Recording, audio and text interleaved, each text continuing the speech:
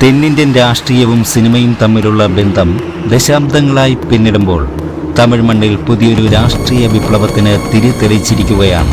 ആരാധക വൃന്ദം ദളപതി എന്ന് വിളിക്കുന്ന വിജയ് തന്റെ രാഷ്ട്രീയ പാർട്ടിയായ തമിഴക വെട്രി കഴകം പ്രഖ്യാപിച്ചതോടെ MGRലൂടെയും കരുണാനിധിയിലൂടെയും തുടങ്ങി ജയലളിതയിലൂടെയും വളർന്ന തെന്നിന്ത്യൻ സിനിമാ രാഷ്ട്രീയ ചരിത്രം ഒരു പുതിയ അധ്യായത്തിലേക്ക് കടക്കുകയാണ്.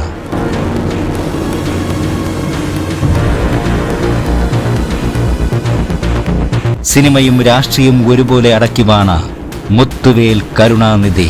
സിനിമയിലൂടെയായിരുന്നു കരുണാനിധി രാഷ്ട്രീയത്തിലേക്ക് എത്തിയത്. തുടക്കത്തിൽ അഭിമന്യു എന്ന പുരാണ ചിത്രത്തിനായി സംഭാഷണം എഴുതിയായിരുന്നു കരുണാനിധിയുടെ തുടക്കം. എന്നാൽ സിനിമ പുറത്തിറങ്ങിയപ്പോൾ അദ്ദേഹത്തിന്റെ പേരില്ലായിരുന്നു. അതോടെ ഇനി സിനിമയിലേക്കില്ലെന്ന് തീരുമാനിച്ച് അദ്ദേഹം രാഷ്ട്രീയത്തിൽ സജീവമാവുകയായിരുന്നു.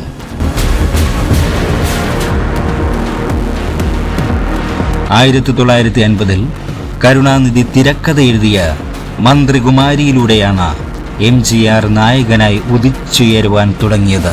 75ഓളം സിനിമകൾക്ക് സംഭാഷണമെഴുതിയ കലൈഞ്ചർ സിനിമയെ രാഷ്ട്രീയ ആശയങ്ങൾ പ്രചരിപ്പിക്കുവാനുള്ള ആയുധമാക്കി. 2007 കലൈഞ്ചർ TV സ്ഥാപിച്ചു. 1957 മുതൽ 2016 വരെ മത്സരിച്ച എല്ലാ തിരഞ്ഞെടുപ്പിലും അദ്ദേഹം വിജയിച്ചു. 5 തവണ മുഖ്യമന്ത്രിയായ കരുണാനിധി പാവപ്പെട്ടവർക്കായി നിരവധി സൗജന്യ പദ്ധതികൾ നടപ്പിലാക്കി.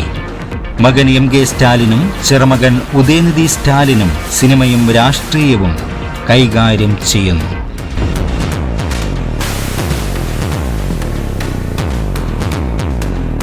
MGR വിപ്ലവ നായകനിൽ നിന്ന് ജനനായകനിലേക്ക് സിനിമയിലെ താരപ്രഭയെ രാഷ്ട്രീയ വിജയമാക്കി മാറ്റിയ ആദ്യത്തെ താരം MG രാമചന്ദ്രൻ എന്ന MGR ആണ്. AIADMK രൂപീകരിച്ച അദ്ദേഹം ഇന്ത്യയിൽ മുഖ്യമന്ത്രിയാകുന്ന ആദ്യ ജനപ്രിയ നടനായി. സൗജന്യ ഉച്ചഭക്ഷണ പദ്ധതിയിലൂടെ പാവപ്പെട്ടവരുടെ മക്കൾ തിലകമായും അദ്ദേഹം മാറി.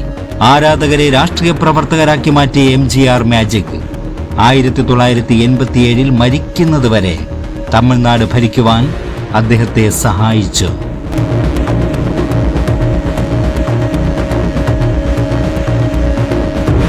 ജാനകി രാമചന്ദ്രൻ തമിഴ്നാട്ടിലെ ആദ്യ വനിതാ മുഖ്യമന്ത്രി. MGRന്റെ മരണശേഷം തമിഴ്നാട് രാഷ്ട്രീയം കണ്ടത് നാടകീയമായ നീക്കങ്ങളാണ്. രാഷ്ട്രീയത്തിൽ സജീവമല്ലായിരുന്നെങ്കിലും പ്രതിസന്ധി ഘട്ടത്തിൽ പാർട്ടി പ്രവർത്തകരുടെ ആവശ്യപ്രകാരം MGRന്റെ ഭാര്യയും നടിയുമായിരുന്ന ജാനകി രാമചന്ദ്രൻ നേതൃത്വമേറ്റെടുത്തു. 1988 ജനുവരി 7 തമിഴ്നാടിന്റെ ആദ്യ വനിതാ മുഖ്യമന്ത്രിയായി അവർ സത്യപ്രതിജ്ഞ ചെയ്യുകയും ചെയ്തു. എന്നാൽ പാർട്ടിക്കുള്ളിലെ പിളർപ്പും നിയമസഭയിലെ സംഘർഷങ്ങളും കാരണം 24 ദിവസം മാത്രമേ ആ സർക്കാരിന് ആയുസ്സുണ്ടായിരുന്നുള്ളൂ.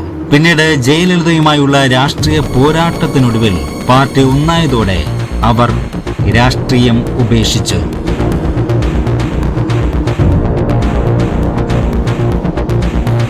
ജയലളിത താരപ്രഭയുടെ കരുത്തുറ്റ തുടർച്ച. MGRന്റെ രാഷ്ട്രീയ പിൻഗാമിയായി എത്തിയ ജയലളിത തമിഴ്നാട് രാഷ്ട്രീയത്തിൽ അമ്മയായി അറിയപ്പെട്ടു.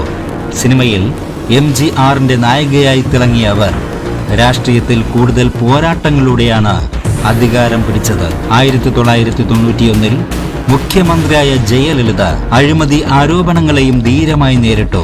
കരുണാനിധിയുമായുള്ള അവരുടെ രാഷ്ട്രീയ പോരാട്ടം തമിഴ്നാട് രാഷ്ട്രീയത്തിലെ സമാനതകളില്ലാത്ത അധ്യായമാണ്.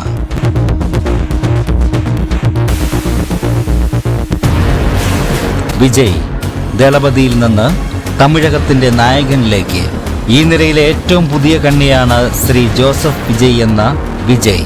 തമിഴക വെട്രി കഴകം TVK എന്ന പാർട്ടിയിലൂടെ 2026 നിയമസഭാ തെരഞ്ഞെടുപ്പിലാണ് വിജയ് ലക്ഷ്യം വച്ചത്. തമിഴ് രാഷ്ട്രീയത്തിന്റെ ഗതി മാറ്റിയ പോരാട്ടത്തിനൊടുവിൽ ദ്രാവിഡ കോട്ടകൾ തകർത്തെറിഞ്ഞ് നടൻ വിജയ് തമിഴക വെട്രി കഴകം എന്ന പാർട്ടിയിലൂടെ അധികാരത്തിലേറി.